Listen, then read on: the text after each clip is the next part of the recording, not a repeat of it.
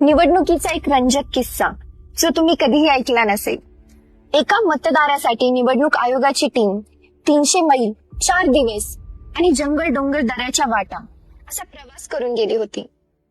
April 2019 मध्ये भारतातील सर्वात मोठ्या निवडणुकीची सुरुवात झाली. नियम स्पष्ट होते. कोणत्याही मतदाराला 2 किलोमीटर पेक्षा अधिक अंतर पार करू लागू नये. अरुणाचल प्रदेशातील अधिकारी गम्मर बम आणि त्यांची टीम डोंगराळ रस्ते, धोकादायक पूल आणि घसरत जंगलात चालत वाट काढत एका मतदारासाठी मतदान यंत्र घेऊन गेले. त्या मतदाराचं नाव होतं सोकेला तायांग. ती स्वतः 125 मैल दुरून आजारी आईला सांभाळून फक्त एक मतदानासाठी माघारी आली. मतदानाच्या दिवशी मतदान चालू झालं आणि फक्त 2 मिनिटांमध्ये त्यांनी मतदान केलं. पण एका मतदानासाठी 4 दिवसाचा प्रवास, एवढे कष्ट करावे लागले. कारण भारतात नियम आहे, एकही मतदार वंचित राहता कामा नये.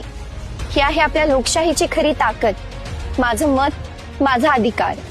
तुम्ही जर पॉलिटिक्सशी जोडलेले असाल तर indialeader.com या आपल्या वेबसाईटवर फ्री रजिस्ट्रेशन चालू आहे. लिंक बायो मध्ये दिली आहे. लगेच जाऊन रजिस्टर करा आणि ही माहिती तुम्हाला कशी वाटली ते आम्हाला कमेंट मध्ये नक्की सांगा. बायो मध्ये व्हॉट्सअप ग्रुपची लिंक दिली आहे, ती जॉईन करायला विसरू नका.